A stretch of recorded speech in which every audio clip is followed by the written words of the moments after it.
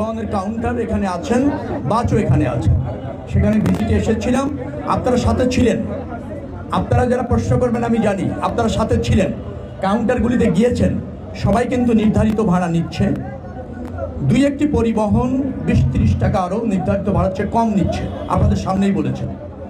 এখানে police control room আছে, vigilance team আছে, র্যাবের কন্ট্রোল রুম আছে, সেখানে নির্ধারিত করা ভাড়া সমস্ত জায়গায় আপনাদের সামনে টানিয়ে দেওয়া হয়েছে।